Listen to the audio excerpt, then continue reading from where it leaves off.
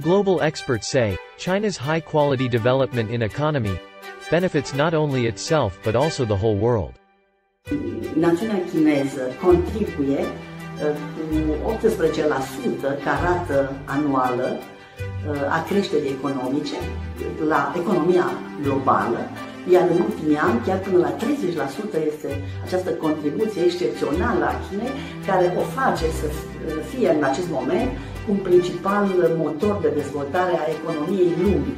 Guvernul chinez vine cu inițiativa excepțională care este o centură, un drum, și noi ca țară trebuie să fim foarte atenți și trebuie să preluăm această oportunitate pe care China o are față de popoarele lumii și față de România. Çin halkının ekonomik düzeyinin artmış olması, işte Çin pazarının büyümüş olması, bu Çin hükümetinin uyguladığı politikaların doğru olduğunu gösteriyor. Büyüyen pazarlar, büyüyen ülkelerde bu diğer ülkelere de yansır. Zengin olmayan, sıkıntılı alım gücü olmayan bölgelerde bir pazar bulma şansınız yok. Dolayısıyla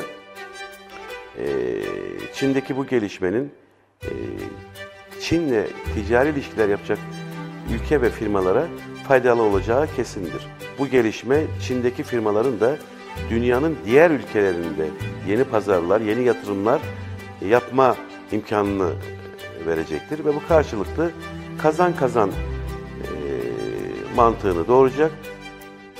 You can say that China has provided an experience for other countries to comprehensive and sustainable development experiences. From increasing employment rates to the protection of environment and also getting more high quality development.